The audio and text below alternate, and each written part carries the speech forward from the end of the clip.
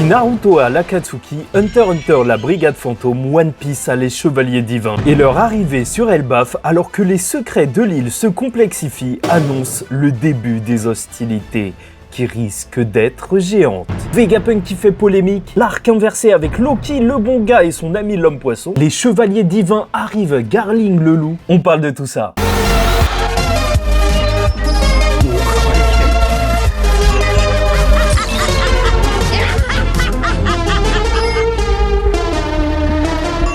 Mesdames et messieurs, ici Chage sur la chaîne secondaire Saya Chage le Phénix, la chaîne dédiée aux reviews pour la review du chapitre 1134 de One Piece, nommé la bibliothèque des hiboux. Et bien sûr, ce chapitre commence avec un color spread d'un robot géant ressemblant à Franky, volant avec les Mugiwara et un message en l'honneur du seiyuu qui se retire noté sur Franky.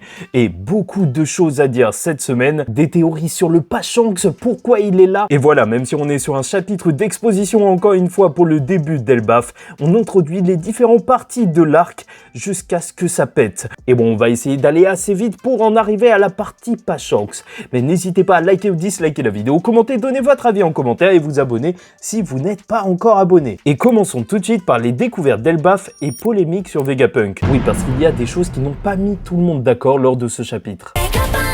Car alors que le chapitre commence suite à la réunion de Sol et Robin, Luffy remercie Sol en lui tendant la main. Il le remercie car il s'est occupé d'un de ses subordonnés et ça les fait rire car il parle comme un yakuza. Robin le présente, mais Luffy, celui qui l'a protégé avec ses nakama, il est connu. Ils pleurent tous d'émotion car elle le dit, elle a réussi à trouver ses camarades qui la protégeraient et il compte bien la protéger encore avec Sol qui les remercie. Et là, bien sûr, Lilith la raciste sert du pauvre Jinbei pour ramener une boîte qui se trouvait sur le bateau Sval alors que Gerd l'aide et on découvre que c'est un corps de Vegapunk, un clone qu'il a utilisé pour se rendre à Elbaf il y a 20 ans, mais ils n'ont pas le matériel nécessaire, enfin pour l'instant, et elle compte bien se créer un laboratoire pour le faire, pour le ramener. Et elle compte aussi s'occuper de Kuma, cette bonne vieille Lilith. Bon, et c'est là que ça devient assez compliqué, parce que ça a déçu beaucoup de gens cette arrivée de Vegapunk. Mais on le savait, il y avait les satellites de Vegapunk, ça fait qu'il n'était pas réellement mort, mais là, le vrai corps qui revient. Non, Oda, tu veux vraiment qu'on puisse plus te défendre quand les gens disent que tu fais des fausses morts. La culpabilité de Kizaru, c'était une blague alors? Non, espérons que ce soit une version plus jeune ou un truc qui montre au moins qu'il a disparu momentanément et qu'il y aura une grosse impact, parce que c'est dommage d'avoir un personnage qui meurt, qui disparaît, puis qui revient après tout l'enjeu émotionnel qu'il y a eu. Pour rappel, une fausse mort, même si on n'y croyait pas véritablement à la mort de Vegapunk, c'est lourd, parce que ça rend compliqué de s'impliquer émotionnellement dans l'œuvre qu'est One Piece. C'est pas illogique, je le sais, même en mourant, on avait un flashback de Vegapunk qui se demandait que représentait la mort pour lui, étant donné qu'il a plusieurs corps. Mais encore une fois, c'est juste lourd parce que ça donne cet aspect de fausse mort. Enfin bref, alors que l'assistante bibliothécaire est là, ils vont alors se séparer. Robin, Soul, Chopper, Lilith, Bonnie vont à la bibliothèque et l'autre groupe avec Luffy va alors se retrouver face à l'école. Une école pleine de vie et Oda prend toujours autant soin de bien présenter le tout avec des petites maisons style marsupilami accrochées aux branches, l'emblème de l'école qui est un phoque, les enfants qui jouent. Non, Oda est fort pour te créer, te mettre dans un paysage. Il installe l'ambiance et Usopp va donc croiser les enfants géants qui jouent et leur demander s'ils veulent naviguer sur la mer et vivre des aventures, mais c'est un boomer, c'est dépassé. Non, les jeunes ne veulent plus ça. Et ils vont avoir une explication de leur prof qui se trouvait littéralement au sol. En fait, qui était le sol Ripley, une véritable viking avec une tresse, un design plutôt cool pour la dernière génération de combattants, sûrement celle d'Arjudin, puisque les choses ont beaucoup changé. Et bien sûr, elle va dire des choses intéressantes, mais on en reparle juste après qu'on parlera de Loki. Bref, elle aimerait voir la forme de Luffy en blanc, car c'est comme le guerrier légendaire d'Elbaf. La théorie comme quoi Joy Boy était un géant se confirme peu à peu, qui sait, avec le chapeau géant. Et surtout, là, c'est quasi sûr, sa transformation sur Elbaf va être folle, avec les géants qui vont l'acclamer. C'est un moment, quelque chose de légendaire pour eux. Et c'est normal. Du côté du groupe de Soul, en rentrant dans la librairie, il explique qu'arrivant à Elbaf après l'incident, il a demandé au groupe d'Arjudin de l'aider à récupérer les livres d'Ohara Mugiwara qui était intacte, protégée par les scientifiques. Moment d'émotion, et en rentrant dans la bibliothèque, le livre dans les mains de Robin devient géant. Et on voit cette magnifique bibliothèque, le mélange bibliothèque dans un arbre, graphiquement ça marche extrêmement bien, je trouve, avec cette chouette géante. Qui sait si c'est elle qui a le pouvoir de rendre les livres géants. En tout cas, Robin est émue en pensant à Clover qui lui parlait de l'arbre de la connaissance. Et Saul est juste heureux de pouvoir montrer ça à Robin. Encore une fois, une belle scène mignonne entre Saul et Robin, et en même temps, je vous le rappelle, mais Saul, c'est peut-être la figure paternelle de Robin avec Clover, bien entendu, parce que, voilà, elle avait sa mère Olivia qui était même pas là tout le temps, donc il lui fallait bien un papa. Bref, c'est mignon, c'est beau, mais c'est pas ça qui fait véritablement le chapitre, et on y arrive. Avec Elbaf corrompu, Loki le héros, et la théorie des dinosaures. Et c'est là qu'on rentre dans le vif du sujet avec notre très cher prince maudit Loki. Car Ripley aura expliqué que si les jeunes ne rêvent plus de combat, c'est qu'ils veulent suivre la volonté du défunt roi Harald désormais, qui voulait qu'Elbaf fasse du commerce et soit désormais pacifique. Les anciens du village ne l'aimaient donc pas, et depuis que Loki a tué son père, Elbaf n'a pas de roi. Et quand on entend ça, faut pas se mentir, on se dit que c'est peut-être les vieux du village qui ont tué le roi Harald et que Loki serait accusé injustement. Oui, qui sait si les vieux préparent un coup d'état pour prendre le trône et que les Mugiwara seront à cet endroit précis pour déjouer leur plan. Je vous rappelle que Luffy a normalement une bonne intuition et ça se passait plutôt bien avec Loki. Et ce serait intéressant parce qu'on serait peut-être sur un arc inversé, entre guillemets. Normalement, les Mugiwara sont là et arrivent pile au bon moment pour aider à la rébellion face à un despote dans la plupart des arcs de One Piece. Enfin, c'est ça qui fait l'arc typique de One Piece, Alabasta, Dressrosa, Doflamingo, Crocodile. Voilà, sauf que là, cette fois, ce serait inversé. Ils arrivent en terrain conquis, ils sont acclamés, sauf qu'en réalité, une rébellion se prépare et ils devront la contrer. Et la place de Loki dans tout ça, ce serait de récupérer sa place légitime, justement. Quand on parle du loup, on le retrouve aussi lors de ce chapitre. Du côté de Loki, il est en train de parler avec une mystérieuse Mossa, ou en fait, on ne sait pas si c'est un homme ou une femme.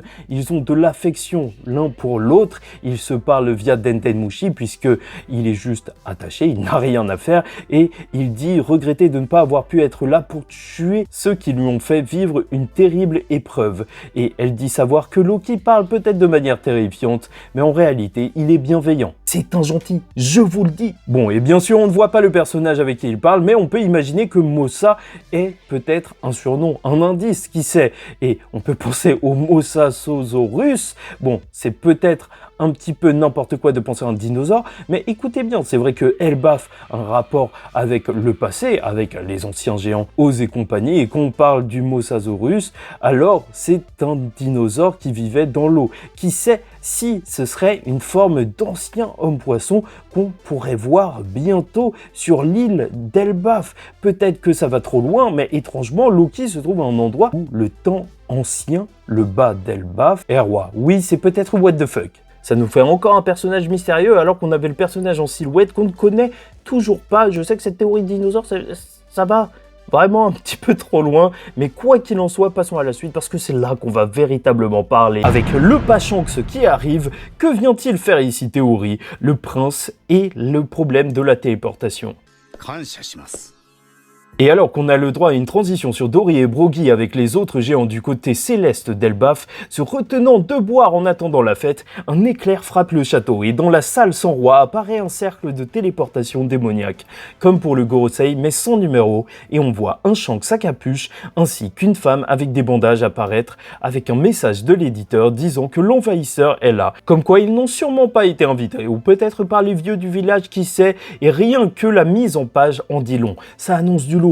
Alors qu'ils sont là avec leur cap noir en mode Akatsuki de One Piece, ça ne m'étonnerait pas que ce soit le nouveau chef des Chevaliers Divins, étant donné que Garling a été promu, et le gros morceau c'est bien sûr qu'il ressemble à un frère jumeau potentiel de Shanks. Il est pareil que celui qui avait parlé au Gorosei au chapitre 907, en plus Oda nous le montre exactement dans la même position dans une case similaire, donc c'est quasiment sûr que c'était lui qui avait parlé au Gorosei et c'est pour ça qu'il était accueilli aussi bien. C'était un dragon céleste et qui sait si en fait il était venu parler non pas de Barbe Noire, mais du pirate problématique qu'était Loki par le passé. Et on sait même pas, maintenant on peut douter de chaque événement qui s'est passé avec Shanks. Est-ce que ce serait lui qui aurait arrêté Kaido pour que Shanks puisse aller directement à Marineford? Est-ce que ce serait lui qui aurait combattu Loki et non Shanks? Enfin bref, la hype du personnage est là en tout cas. Et en plus, il est accompagné d'une autre personne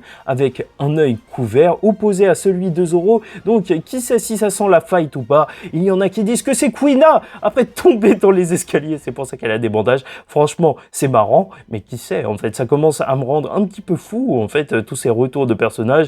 Et il faudra des excuses pour tous ceux qui ont appelé Shanks la poucave, Shanks Pookie. Oui, et j'ai ma théorie nulle, c'est que c'est Bonne Claire en réalité. Ne vous inquiétez pas, je rigole et j'espère que cette théorie ne sera jamais vraie, que c'est vraiment pas Bonne Claire. Plus sérieusement et plus intéressant, sachez que dans la mythologie nordique, Fenrir a 2 enfants. Skoll qui chasse le soleil, qui pourrait peut-être faire penser à Shanks qui cherchait Nika, et Hati qui cherche la lune et peut-être donc celui qui chercherait à détruire Nika, son contraire et peut-être son frère, et Garling va alors se transformer en loup géant, une tête de lune, un loup-garou.